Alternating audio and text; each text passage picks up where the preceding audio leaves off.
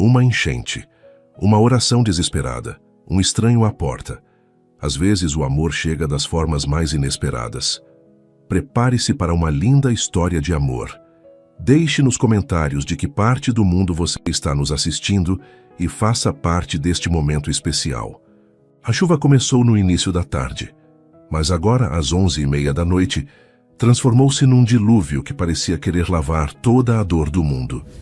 Judite, 32 anos, estava sentada na beirada da cama de solteiro que dividia com a filha, os olhos fixos nas contas espalhadas sobre a mesa de madeira compensada da cozinha. A luz amarelada da lâmpada pendurada no teto fazia as lágrimas brilharem em seu rosto cansado. Cada envelope aberto era uma punhalada. Aviso de corte. Última oportunidade, dizia a conta de luz. Mamãe, a voz sonolenta de Maria a sobressaltou. Dorme, meu amor. Mamãe só está organizando umas coisas. Você está chorando de novo? Judite engoliu o nó na garganta e forçou um sorriso que a filha não podia ver na penumbra. Não, filha, é só o barulho da chuva que está me deixando nervosa. Quer que eu faça cafuné em você? O coração de Judite se estilhaçou. Uma criança de 8 anos oferecendo consolo à mãe. Que tipo de infância era aquela? Que tipo de mãe ela estava sendo? Não precisa, princesa. Dorme que amanhã tem escola. Mas meu sapato tá furado, mamãe. A água vai entrar. Amanhã a gente dá um jeito nisso. Mas Judite sabia que não havia jeito. Não havia dinheiro para sapato novo, não havia dinheiro para comida decente. Não. Havia esperança de um emprego aparecendo do nada. O seguro-desemprego estava no fim.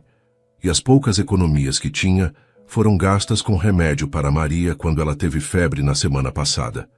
Esperou a respiração da filha se acalmar, indicando que ela havia dormido, e então se levantou devagar. Caminhou até a pequena sala, onde um crucifixo de madeira pendia na parede descascada. Ajoelhou-se no chão frio de cimento queimado, as mãos trêmulas entrelaçadas. Meu Deus! A voz saiu como um sussurro quebrado. Eu sei que não tenho direito de pedir nada. Sei que tem gente passando por coisa pior que eu, mas, Senhor, até quando? Os soluços começaram baixos, mas logo se transformaram num choro desesperado que ela abafou com as próprias mãos para não acordar Maria. Até quando eu vou viver assim? Sozinha, sem conseguir dar para minha filha nem um sapato sem furo. As palavras saíam entrecortadas. Ela merece tanto mais do que isso. Merece um pai que me ajude a cuidar dela. Judite olhou para o teto como se pudesse atravessá-lo com os olhos e alcançar o céu. Senhor, eu só queria alguém que olhasse para mim e visse uma mulher que vale alguma coisa. Que me abraçasse quando eu não aguentasse mais. Que dividisse essa carga comigo. A voz falhou completamente. Não aguento mais fingir que tá tudo bem. Não aguento mais sorrir para Maria quando por dentro eu tô desmoronando. O trovão ecoou pela casa como se fosse a resposta de Deus, e Judite se encolheu, limpou o rosto com as costas da mão e se arrastou até o quarto da filha. Maria dormia profundamente, abraçada a uma boneca de pano surrada que Judite havia costurado com retalhos. Perdão, meu amor, sussurrou, beijando a testa quente da menina. Perdão por não conseguir te dar a vida que você merece. Mas eu prometo que vou continuar tentando. Deus vai nos ajudar. Voltou para a sala e se deitou no sofá velho, puxando sobre o corpo uma manta que já tinha mais remendos que tecido original. Lá fora, a tempestade ganhava força, como se o próprio céu chorasse junto com ela. Judite acordou com o barulho ensurdecedor da chuva batendo no telhado de zinco. A primeira coisa que notou foi que a rua estava completamente diferente. Onde antes havia asfalto, agora corria um rio caudaloso que subia rapidamente. Maria! Gritou, correndo para o quarto. Acorda, filha. Tem enchente. A menina despertou assustada. Que está acontecendo, mamãe? A rua alagou, mas a gente está segura aqui dentro. A casa é alta. Judite correu para a cozinha para preparar um café ralo, o último do pacote, quando ouviu gritos vindos da rua. Olhou pela janela e ficou paralisada. Um carro preto, claramente caríssimo, estava parcialmente submerso nas águas turbulentas. Um homem de terno acenava desesperadamente. Mesmo de longe, ela podia ver que ele estava em pânico. "Meu Deus do céu!" sussurrou.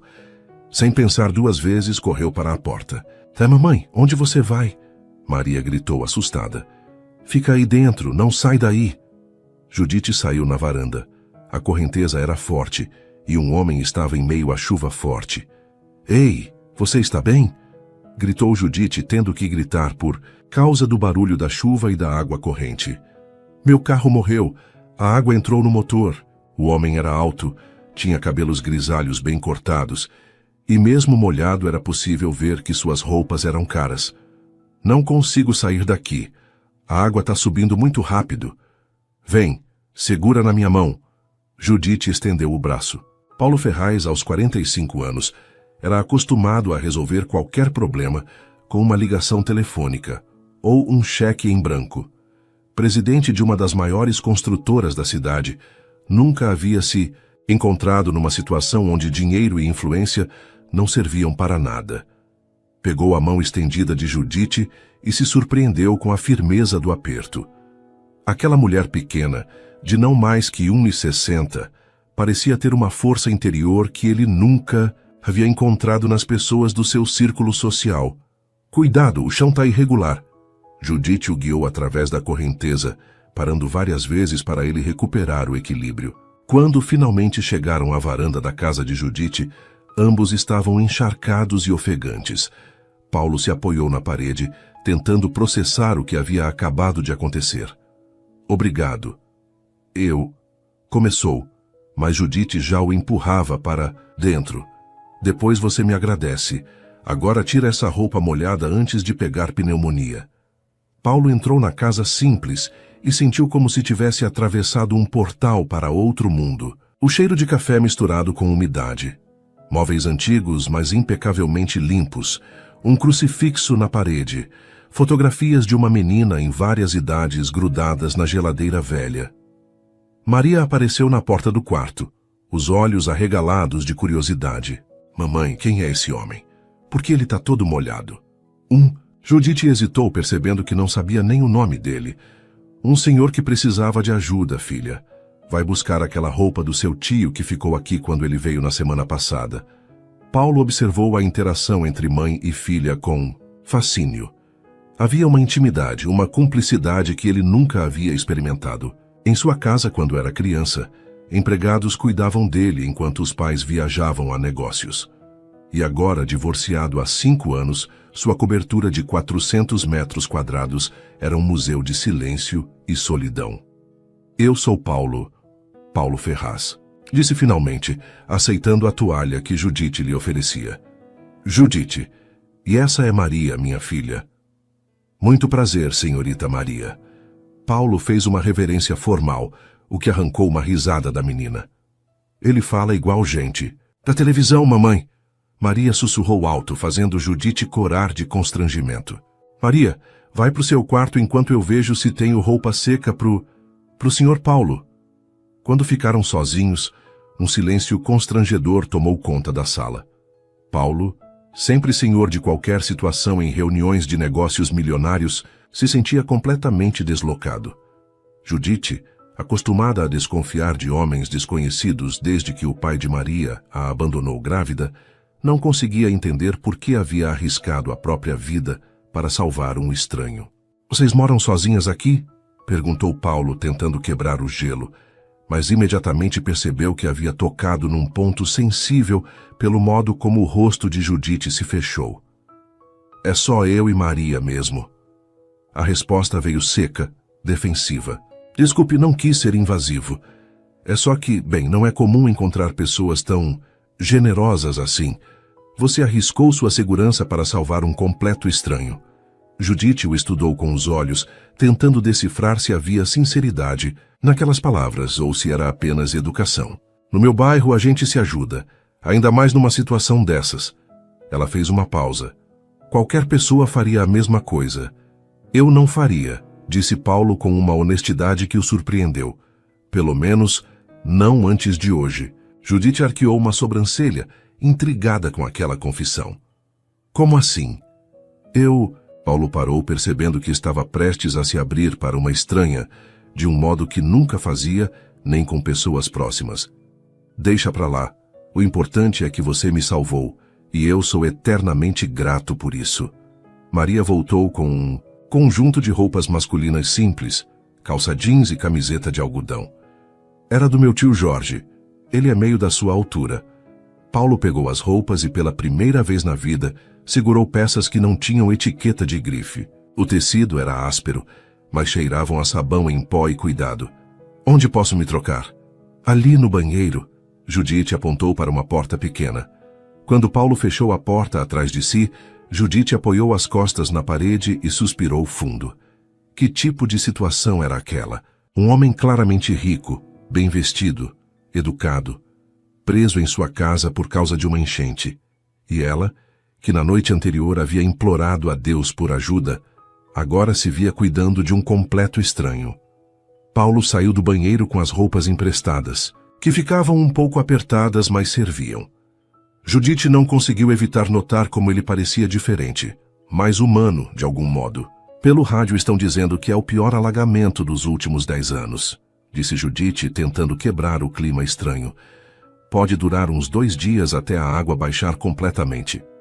Paulo olhou pela janela para seu BMW completamente submerso e pela primeira vez em anos se viu numa situação que não podia resolver com dinheiro, influência ou autoridade. 2 dias, murmurou mais para si mesmo. Você pode ficar no sofá, disse Judite, surpreendendo a si, mesma com a oferta. Mas tem regras aqui em casa. Paulo se virou para ela, uma expressão divertida no rosto. Há décadas que ninguém lhe impunha regras. Que tipo de regras? Nada de palavrão perto da Maria. Nada de andar sem camisa pela casa. E você ajuda nas tarefas domésticas enquanto estiver aqui. Tarefas domésticas. Paulo pareceu genuinamente confuso, como se ela tivesse falado em outra língua. Lavar louça, varrer, essas coisas básicas. Aqui todo mundo colabora. Paulo olhou para as próprias mãos, sempre manicuradas, que nunca haviam segurado uma vassoura ou lavado um prato. Em sua cobertura, uma equipe de 3 funcionários cuidava de tudo. Eu não sei fazer essas coisas, admitiu, e pela primeira vez na vida se sentiu envergonhado por isso. Todo mundo aprende, disse Judite com uma paciência que o surpreendeu. Não é ciência de foguete. Tudo bem, concordou Paulo, surpreendendo a si mesmo. Eu aprendo. Judite o observou por um momento. Havia algo nele que a intrigava, uma vulnerabilidade escondida por trás da postura elegante. E pela primeira vez, desde que o pai de Maria havia ido embora, ela não se sentiu ameaçada pela presença de um homem em sua casa. Bom, então, bem-vindo à nossa casa, Paulo Ferraz. E sem saber, Judite acabara de receber o primeiro sinal de que suas orações da noite anterior estavam sendo atendidas. Paulo acordou com uma dor no pescoço que nunca havia sentido na vida. O sofá de Judite, embora limpo e arrumado com carinho, estava longe do conforto de sua cama king size com colchão ortopédico importado. Mas não era o desconforto físico que o intrigava. Era a sensação estranha de paz que sentia naquele ambiente simples. Eram 6 da manhã, e ele podia ouvir Judite se movimentando na cozinha, tentando fazer o mínimo de barulho possível. O cheiro de café, um café de verdade, não o expresso gourmet a que estava acostumado, invadia suas narinas. Bom dia, disse aparecendo na porta da cozinha. Judite se sobressaltou, quase derrubando a panela velha onde fazia o café. Nossa, você me assustou. Ela se recompôs rapidamente. Bom dia. Dormiu bem? Paulo olhou para o sofá e depois para ela, um sorriso irônico no canto da boca. Digamos que foi uma experiência nova. Desculpa, eu sei que não é confortável, mas... Não, Paulo a interrompeu. Não estou reclamando, é só que... Bem, faz muito tempo que não durmo num sofá. Judite o estudou por um momento. Havia algo diferente nele pela manhã. Os cabelos desarrumados, as roupas emprestadas, a barba por fazer. Parecia mais humano. Café? Ofereceu, pegando uma caneca dispareada. Por favor. Ela serviu o café e Paulo tomou um gole, esperando pelo sabor amargo e fraco que imaginava. Em vez disso, encontrou um sabor encorpado, caseiro, que o surpreendeu. Este café está muito bom, disse, genuinamente impressionado. É café de verdade, não essas coisas industrializadas. Judite respondeu com um orgulho sutil. Minha avó me ensinou a fazer. Sua avó? Ela me criou. Meus pais morreram quando eu era pequena. Paulo sentiu um aperto no peito. Ali estava uma mulher que havia enfrentado perdas que ele nem conseguia imaginar. E ainda assim, recebia estranhos em casa com generosidade. E a Maria, o pai dela, o rosto de Judite se fechou imediatamente. Não existe pai. Existe um homem que sumiu quando soube que eu estava grávida. O silêncio pesou entre eles. Paulo percebeu que havia tocado numa ferida ainda aberta. Desculpe, não devia ter perguntado. Não tem problema. Judite deu de ombros, mas Paulo notou a tensão em seus ombros. É a vida, né? A gente vai levando. Maria apareceu na cozinha, ainda de pijama, esfregando os olhos. Bom dia, mamãe. Bom dia, senhor Paulo. Bom dia, princesa, disse Paulo, e novamente fez aquela reverência formal que arrancou um sorriso da menina. Você vai tomar café com a gente? Perguntou Maria, genuinamente curiosa. Se sua mãe deixar, claro que pode, disse Judite, já pondo à mesa. Mas não temos muito. É só café, pão com margarina e... Está perfeito, Paulo a interrompeu. Eles se sentaram à pequena mesa de fórmica, e Paulo se viu numa situação completamente nova. Um café da manhã em família. Em sua casa, ele tomava café sozinho, enquanto lia e-mails no tablet.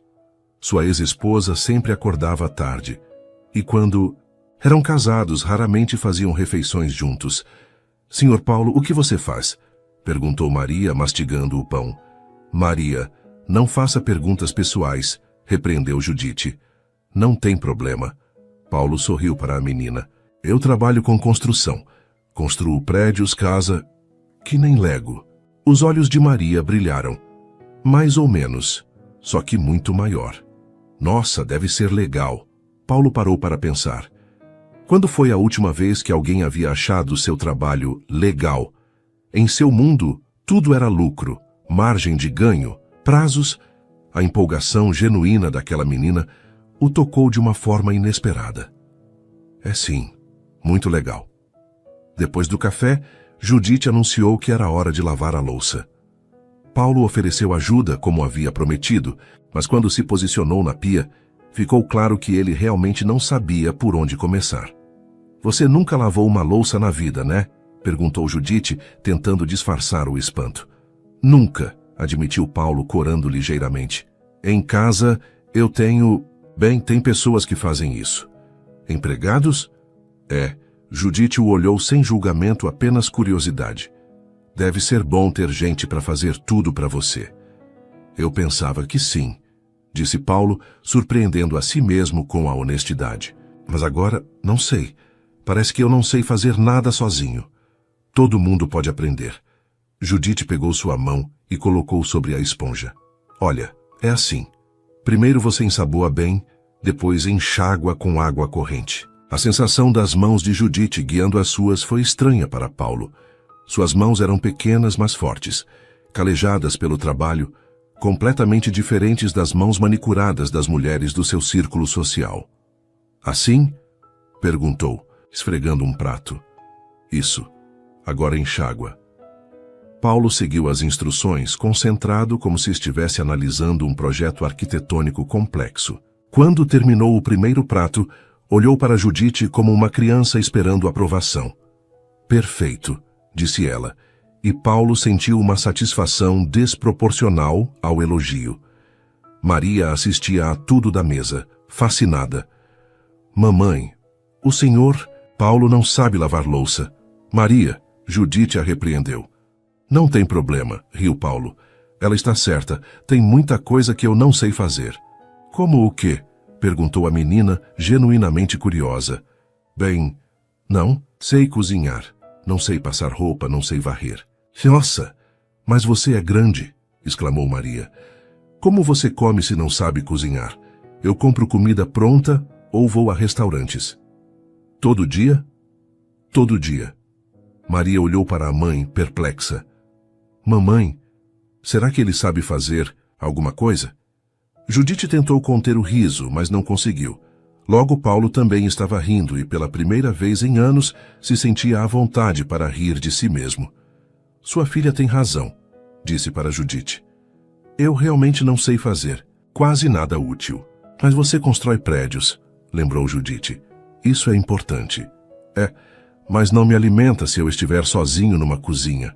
Durante a tarde, enquanto Maria assistia desenhos numa TV pequena, Paulo e Judite se sentaram na varanda para observar o nível da água, que começava a baixar lentamente. Quanto tempo faz que você está desempregada? Perguntou Paulo, tentando fazer a pergunta soar casual. 8 meses, respondeu Judite, sem tirar os olhos da rua alagada. Trabalhava numa loja de roupas no centro. A dona vendeu o ponto e a nova gerência dispensou todo mundo para contratar gente mais jovem. Mais jovem? Mas você é nova. 32 anos com uma filha para criar. No mercado de trabalho isso não é ser nova.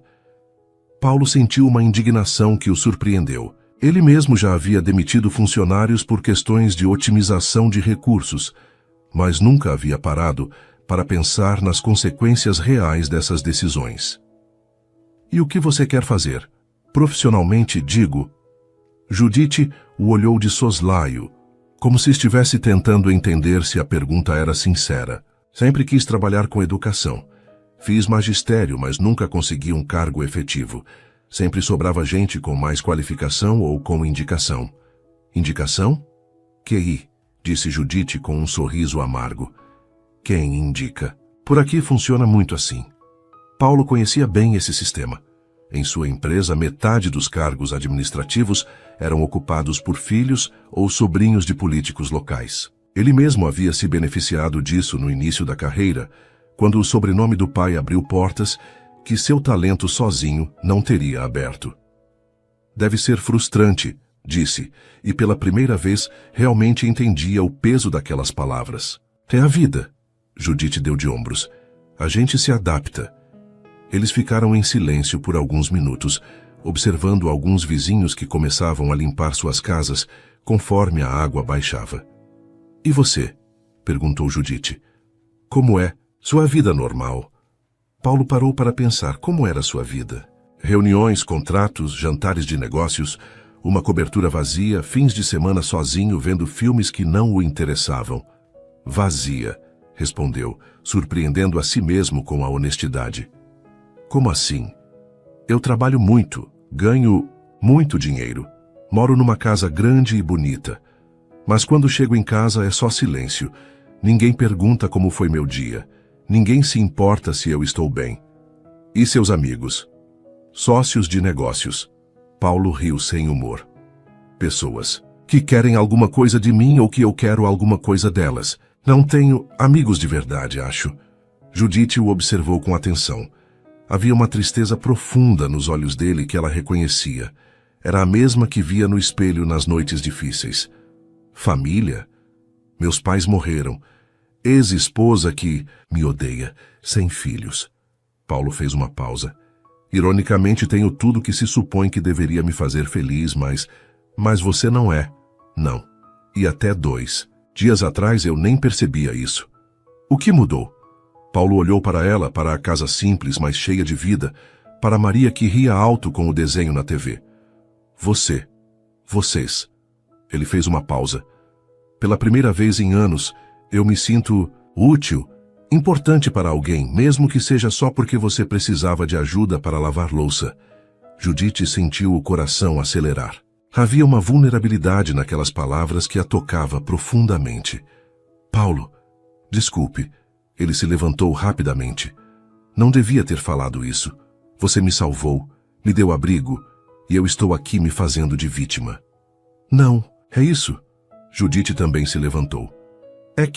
É estranho ouvir alguém que tem tudo dizer que se sente vazio.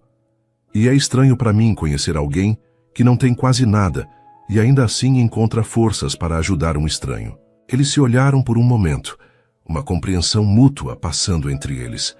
Duas pessoas de mundos completamente diferentes, mas que compartilhavam a mesma solidão fundamental. "Sabe o que vamos fazer?" disse Judite, quebrando o momento. "Você vai me ensinar sobre seus prédios e eu vou te ensinar a fazer comida de verdade." "Sério?" "Claro. Maria vai ficar fascinada ouvindo sobre construção e você... Bem, você não pode viver de restaurante para sempre." Paulo sorriu, e era um sorriso diferente dos que Judite havia visto até então. Um sorriso genuíno, sem máscaras sociais. "Fechado, mas te aviso, sou péssimo aluno para coisas práticas." "A gente vai ver isso", disse Judite, retribuindo o sorriso. E naquele momento, sem que nenhum dos dois percebesse completamente, algo começou a florescer entre eles. Algo que ia muito além da gratidão ou da cortesia. Uma conexão real entre duas almas que até então haviam caminhado sozinhas pela vida. O final da tarde trouxe uma decisão que mudaria tudo entre Paulo e Judite. Ela estava na cozinha, observando os poucos ingredientes que tinha. Um pouco de arroz, feijão que havia deixado de molho desde a véspera, algumas batatas e pedaços de frango que eram sua reserva para a semana. "Judite?" Paulo apareceu na porta da cozinha. "Posso ajudar com alguma coisa?" "Na verdade..." Ela hesitou. "Você disse que queria aprender a cozinhar, né?" Disse. E estava falando sério. "Então que tal começar hoje? Vou fazer o jantar e você pode ser meu assistente." Paulo sentiu uma empolgação infantil que não experimentava há décadas. "Sério? O que vamos fazer?" "Arroz, feijão e frango ensopado com batata." Judite observou a expressão dele. "Sei que não é nada sofisticado." "Pare com isso", Paulo a interrompeu. "Não faça pouco da sua comida. Aposto que vai ser melhor que qualquer coisa que eu já comi em restaurantes caros." Judite sentiu o rosto esquentar com o elogio. "Bom, então vamos começar. Primeira lição: temperar o frango." Ela pegou os pedaços de frango e os colocou numa tigela. "Vem aqui, coloca a mão assim." Judite guiou as mãos de Paulo para temperar a carne. "Sal, não muito. Alho amassado. Pimenta do reino." Paulo estava concentrado como se estivesse assinando um contrato milionário, mas de vez em quando se distraía com a proximidade de Judite. O perfume simples que ela usava, algo floral e caseiro, era completamente diferente dos perfumes franceses caros que estava acostumado a sentir em mulheres, mas o atraía de uma forma inexplicável. "Agora vamos refogar", disse Judite, acendendo o fogão velho. "Óleo na panela, espera esquentar?" "Como eu sei que esquentou?" "Experiência." Ela sorriu. "Mas tem um truque. Pinga uma gotinha d'água. Se chiar, tá pronto." Paulo seguiu a instrução com a seriedade de um cientista. E quando a água chiou, ele olhou para Judite com um sorriso triunfante. "Consegui. Parabéns. Agora coloca o frango devagar para não espirrar." Enquanto o frango dourava, Maria apareceu na cozinha, atraída pelo cheiro. "Nossa, que cheiro bom!" Ela subiu numa cadeira para ver melhor. "Senhor Paulo, você está aprendendo a cozinhar?" "Estou tentando. Sua mãe é uma professora muito paciente." "Ela cozinha muito bem", disse Maria com orgulho.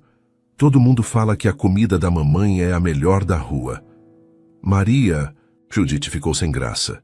"É verdade. Dona Marluce sempre fala que se a senhora tivesse um restaurante ia ficar rica." Paulo observou Judite corar e percebeu que ela não estava acostumada a receber elogios. "Dona Marluce tem razão", disse ele. "Tenho certeza disso." Uma hora depois, a cozinha estava cheia de aromas que fizeram Paulo entender por que as pessoas falavam sobre o cheiro de casa. Ele havia ajudado em cada etapa. Descascado batatas, cortando o dedo 2 vezes, refogado cebola, chorando como uma criança, e aprendido o segredo do arroz soltinho que Judite guardava como tesouro de família.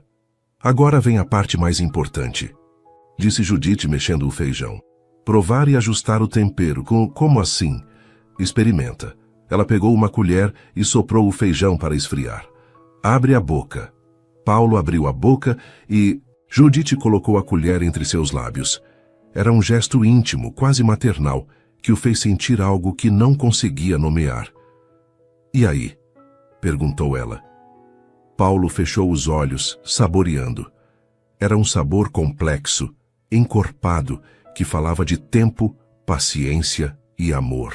"Meu Deus", disse finalmente, "como você consegue fazer uma coisa tão simples ficar tão perfeita?" "Segredo de família", Judite sorriu. "Minha avó dizia que comida feita com amor sempre fica mais gostosa." Ela estava certa? Quando se sentaram à mesa para jantar, Paulo teve uma revelação. Pela primeira vez em anos, ele não estava comendo para nutrir o corpo ou por obrigação social. Estava compartilhando uma refeição, experimentando cada garfada como se fosse a primeira vez que comia de verdade. "Senhor Paulo, você gostou?" perguntou Maria. "Gostei tanto que não sei nem como explicar", respondeu ele sincero. "A mamãe sempre fala que comida de casa é remédio para a alma." Paulo olhou para Judite, que estava concentrada em cortar o frango para Maria. "Sua mãe é muito sábia." "É sim, ela sabe tudo." "Maria não exagera", disse Judite. "Sem graça." "Não é exagero", Paulo interveio. "Ela realmente sabe muito. Hoje eu aprendi mais coisas úteis do que aprendo em uma semana normal." "Que tipo de coisas você aprende na sua semana normal?" perguntou Maria, curiosa. "Coisas sobre dinheiro, principalmente. Números, planilhas, reuniões. Isso não parece divertido." "Não é", admitiu Paulo. "Não é nada divertido." "Então por que você faz?" A pergunta inocente de Maria o pegou desprevenido. Por que ele fazia aquilo mesmo? Por hábito? Por medo de parar? Porque era o que sempre fizera? "Sabe, Maria, acho que nunca parei para pensar nisso." Judite observou a expressão de Paulo, vendo uma vulnerabilidade que ele não sabia que estava mostrando. "Trabalho é importante", disse ela suavemente, "mas não pode ser a única coisa na vida." "O que mais deveria ter?" "Isso aí", Maria apontou para a mesa. "Conversa, comida gostosa, gente que gosta da gente." Paulo sentiu um aperto no peito. Uma criança de 8 anos havia acabado de resumir tudo o que estava faltando em sua vida. Depois do jantar, Paulo insistiu em lavar a louça sozinho.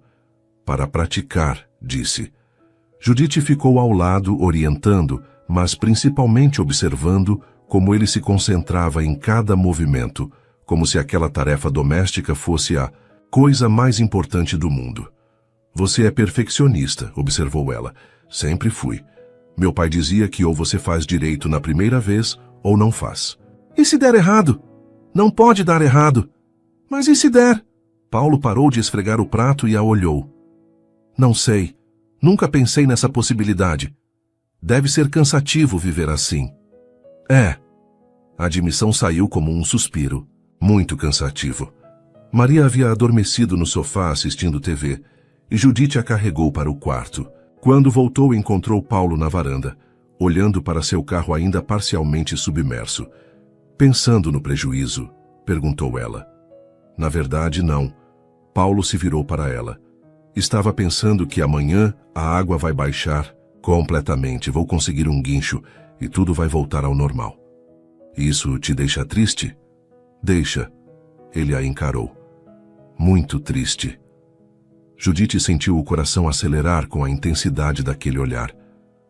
"Paulo, sei que é loucura. Nos conhecemos há 2 dias. Você me salvou, me abrigou, me ensinou coisas que ninguém nunca se importou em me ensinar. E eu não quero que isso acabe. Não precisa acabar." "Precisa sim." Paulo riu sem humor. "Você acha que eu posso simplesmente aparecer aqui de vez em quando? Um empresário rico visitando uma família pobre? As pessoas vão pensar que o quê? Coisas ruins, sobre você, sobre nós." Judite sentiu uma mistura de raiva e decepção. "Então é isso? Você vai voltar para sua vida de apartamento vazio e reuniões chatas porque tem medo do que os outros vão pensar?" "Não é tão simples assim, Judite." "É sim." Ela se virou para entrar. "É sempre simples para quem tem dinheiro escolher o que é conveniente." "Judite, espera." Mas ela já havia entrado, deixando Paulo sozinho na varanda com seus pensamentos confusos e um aperto no peito que não conseguia explicar. Lá dentro, Judite se encostou na porta, tentando controlar as lágrimas. Por um momento, havia acreditado que algo real estava nascendo entre eles. Mas talvez fosse só gratidão da parte dele e fantasias da parte dela. Na varanda, Paulo olhou mais uma vez para o carro submerso e pela primeira vez desejou que a água nunca baixasse. Mais tarde, quando a casa estava em silêncio, Paulo não conseguia dormir. Ficou olhando para o teto, pensando em tudo o que havia acontecido nos últimos 2 dias. As mãos ainda cheiravam ao tempero que Judite havia lhe ensinado a usar. O estômago ainda guardava o sabor da comida feita com amor. O coração ainda carregava o eco da risada de Maria e a doçura do sorriso de Judite. Ouviu passos suaves e viu Judite aparecendo na sala, indo em direção à cozinha. "Não consegue dormir?" perguntou em voz baixa. "Não." Ela parou sem se virar. "E você?" "Também não." Judite foi até a cozinha e Paulo a seguiu. Ela estava preparando um chá de camomila em silêncio. "Desculpe", disse ele finalmente, "pelo que falei na varanda." "Não precisa se desculpar, você só foi honesto." "Fui covarde." Judite se virou para encará-lo. "Talvez. Mas pelo menos foi um covarde honesto."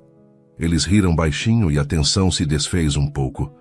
"Judite, quando eu voltar para minha vida, posso ligar para você às vezes?" "Pode." Ela serviu o chá em 2 xícaras despareadas. "Mas não vai ligar." "Como você pode ter certeza?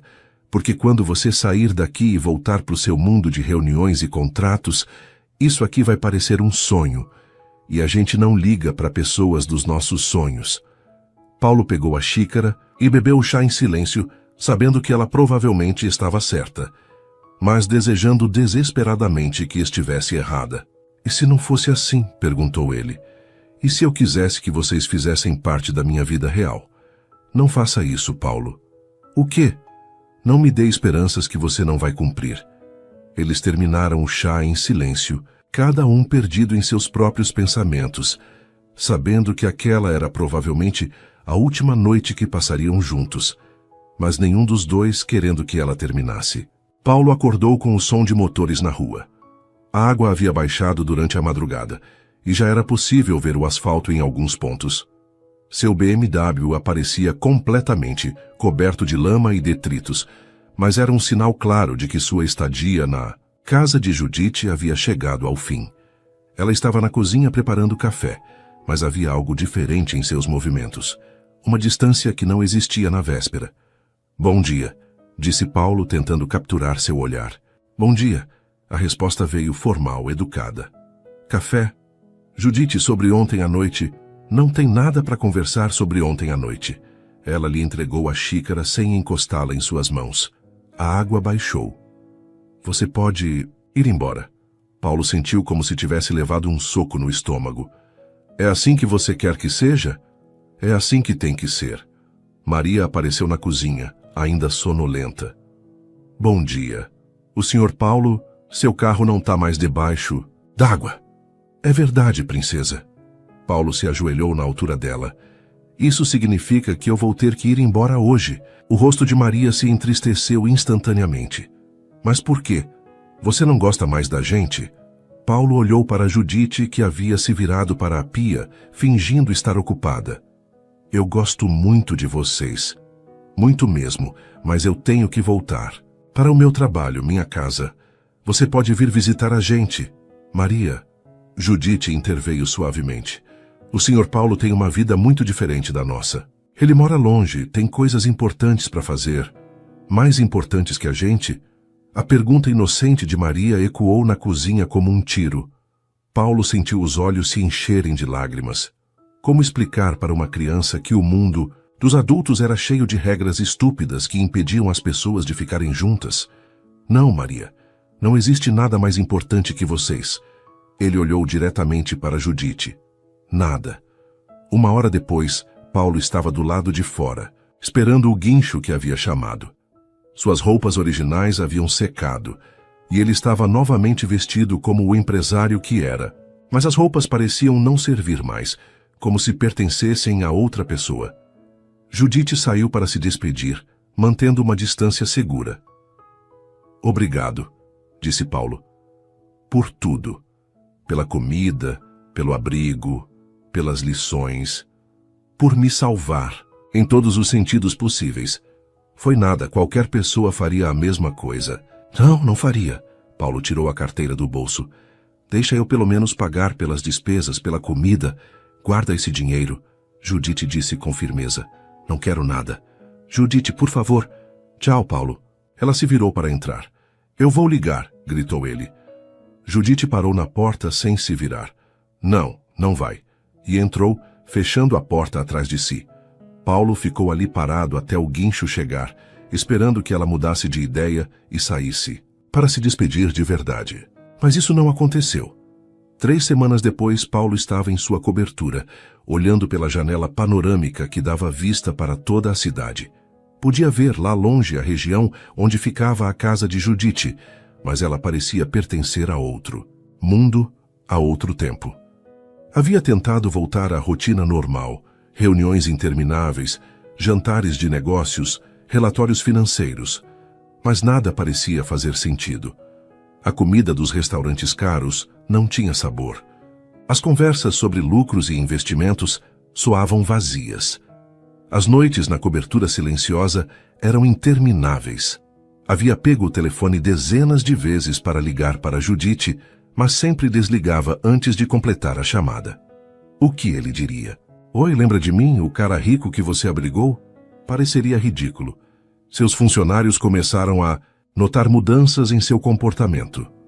Paulo, sempre focado e decidido, agora parecia distraído, melancólico. Em reuniões importantes, ele se pegava pensando no cheiro do café de Judite, no riso de Maria, na sensação de lavar louça lado a lado com alguém que se importava em ensinar.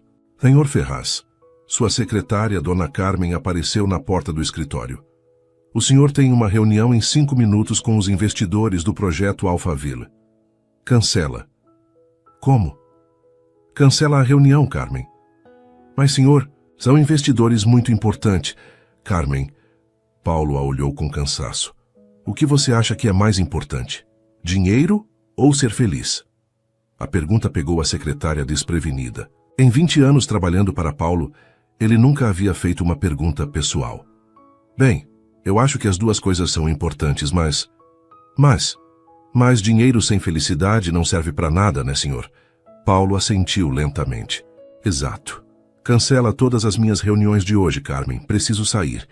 Era uma tarde de domingo ensolarada, quando Paulo, sem destino ou plano, entrou no carro e começou a dirigir. Disse para si mesmo que só queria dar uma volta, sair um pouco da cobertura sufocante. Mas, no fundo, sabia exatamente para onde estava, indo. 40 minutos depois estava na rua de Judite. O bairro parecia diferente sob o sol, mais colorido, mais vivo. Crianças brincavam na rua, vizinhos conversavam nas calçadas. Era um mundo que ele havia esquecido que existia. Parou o carro a algumas casas de distância, tentando reunir coragem para bater na porta. Foi quando viu Marluce, a vizinha de Judite, regando plantas na varanda. Com licença, chamou saindo do carro. Marluce o olhou com desconfiança. Pois não? A senhora conhece Judite? Aqui mora ali na Casa Azul. Conheço. Por quê? Eu sou Paulo. Fiquei na casa dela durante a enchente há algumas semanas. O rosto de Marluce se iluminou. Ah, você é o homem que ela salvou. Ela falou de você. Paulo sentiu o coração disparar. Falou? Falou sim. Disse que você era muito educado, que ajudou com as tarefas da casa. Marluce sorriu. Judite não costuma falar bem de homem não, viu? Você deve ter causado boa impressão. Ela está em casa? Queria agradecer novamente. O sorriso de Marluce desapareceu. Não, filho. Ela está no hospital. Paulo sentiu o mundo parar. Hospital? O que aconteceu? A menina, a Maria. Está internada há 3 dias, pneumonia grave. Marluce balançou a cabeça com pesar. Judite não sai de lá. Dorme numa cadeira do lado da cama da filha. Que hospital? Santa Casa. Ala pediátrica. Paulo não esperou ouvir mais nada. Correu para o carro, o coração batendo descompassado. Maria doente. Judite sozinha no hospital. E ele havia passado 3 semanas se preocupando com reuniões e projetos, enquanto a família que havia mudado sua vida passava por uma crise. Durante todo o trajeto até o hospital, ele se culpou. Se tivesse ligado, se tivesse insistido em manter contato, talvez pudesse ter ajudado de alguma forma. Talvez Judite não estivesse passando por aquilo sozinha. Quando chegou ao hospital, correu pelos corredores até encontrar a ala pediátrica. Perguntou na recepção pelo quarto de Maria Santos e seguiu as indicações com o coração na garganta. Paulo parou na porta do quarto, vendo através do vidro. Maria estava numa cama hospitalar, pequena e frágil, conectada a aparelhos. Judite estava sentada numa cadeira ao lado, segurando a mão da filha, claramente exausta. Ela havia emagrecido, tinha olheiras profundas e usava a mesma roupa de 3 dias atrás. Paulo sentiu um aperto no peito tão forte que teve dificuldade para respirar. Bateu suavemente na porta. Judite ergueu os olhos e, ao vê-lo, sua expressão passou por surpresa, confusão e algo que poderia ser alívio. Paulo? Sua voz estava rouca de tanto chorar. Oi. Ele entrou devagar. Marluce me contou. Vim assim que soube. Judite se levantou instintivamente, mas suas pernas fraquejaram. Paulo correu para ampará-la. Quando foi a última vez que você comeu? Perguntou, segurando-a pelos braços. Não sei. Ontem? Anteontem? Ela tentou se recompor. Não importa. O importante é ela. Paulo olhou para Maria, que dormia profundamente. Como ela está? Melhor que ontem. Pior que anteontem. Judite voltou a se sentar. Os médicos falam em termos técnicos que eu não entendo. Tudo que sei é que ela ainda está em perigo. Você não está sozinha mais, disse Paulo, puxando uma cadeira e se sentando ao lado dela. Eu estou aqui agora. Paulo, você não precisa... Preciso sim. Ele pegou a mão livre de Judite. Preciso estar aqui, com vocês. É onde eu deveria ter estado desde o primeiro dia. Judite olhou para as mãos entrelaçadas e, pela primeira vez em 3 dias, permitiu-se chorar de verdade. Paulo a puxou para um abraço e ela se deixou amparar, sentindo-se menos sozinha do que havia se sentido em toda a sua vida. Ela vai ficar bem, sussurrou Paulo. Eu prometo. Ela vai ficar bem, e nós vamos cuidar disso juntos. E pela primeira vez desde que Maria havia sido internada, Judite acreditou que talvez, apenas talvez, tudo fosse realmente ficar bem. Paulo não saiu do hospital pelos próximos 2 dias. Havia cancelado todas as reuniões, ignorado dezenas de ligações de sócios e funcionários e transformado o quarto de Maria em seu novo escritório temporário. Quando Judite tentou protestar, dizendo que ele tinha responsabilidades importantes, Paulo foi categórico. Não existe nada mais importante que estar aqui com vocês. Na primeira noite, ele convenceu Judite a descansar enquanto ele fazia a vigília. Sentou-se ao lado da cama de Maria, observando a respiração irregular da menina, os aparelhos que monitoravam seus sinais vitais, e se viu orando pela primeira vez em décadas. Deus, sussurrou segurando a pequena mão de Maria. Se existe alguma justiça neste mundo, por favor, deixa essa menina ficar boa. Ela é a coisa mais pura que eu já conheci. Se alguém tem que sofrer, deixa ser eu. Maria se mexeu, ligeiramente, e Paulo se inclinou para mais perto. Ei, princesa, sou eu, o Paulo. Lembra de mim? O cara que não sabia lavar louça? Os olhos de Maria se abriram lentamente, ainda embaçados pela febre. Senhor, Paulo? A voz era apenas um sussurro. Estou aqui, Maria, e não vou sair daqui até você estar completamente bem. Você voltou para a gente? Paulo sentiu os olhos se encherem de lágrimas. Voltei, e desta vez é para ficar. Maria tentou sorrir, mas estava fraca demais. Paulo segurou sua mão com mais firmeza. Descansa, princesa. Sua mãe está aqui pertinho e eu vou cuidar de vocês duas. Durante os dias que se seguiram, Paulo e Judite desenvolveram uma rotina silenciosa, mas profundamente íntima. Eles se revezavam ao lado da cama de Maria, um cuidando da outra quando a exaustão era grande demais. Paulo descobriu que tinha uma paciência infinita para tarefas que antes consideraria menores.